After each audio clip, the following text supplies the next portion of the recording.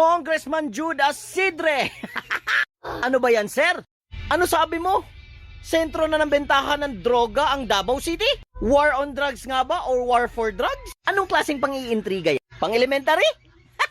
Eto ang mga klase ng banat ng mga taong isinusuka na ng bayan. Alam kasi nilang wala nang naniniwala sa kanila kaya sila nagkakaganyan. Banat ka ng banat sa Davao City. Matanong kita, sir, ano ba naging improvement ng Leyte? Lumaki ako sa Inigihan, Batu, Leyte. Matagal din ako sa Tacloban, Leyte. Matanong kita, sir, ano ang kaya mong ipagmalaki kumpara sa Davao City? Sentro ng bentahan ng droga ang Davao City? Sa totoo lang, kilalang convicted drug lord sa buong Pilipinas. Tumatakbong mayor dyan sa Leyte. Ano ang iyong masasabi? Kaya boss, bago po muna sa ibang kusina, tingnan mo muna kung malinis ba talaga ang bahay na iyong binibida. Okay lang yan, karapatan mo yan. Freedom of speech, di ba? Pero alalahanin mo din, kung lalaliman pa namin, nagawa ng content ang lugar na iyong nasasakupan, siguruhin mo lang na wala kaming masilip na mali dyan. Banat mo sa Davao City, re-rest back kami sa Leyte.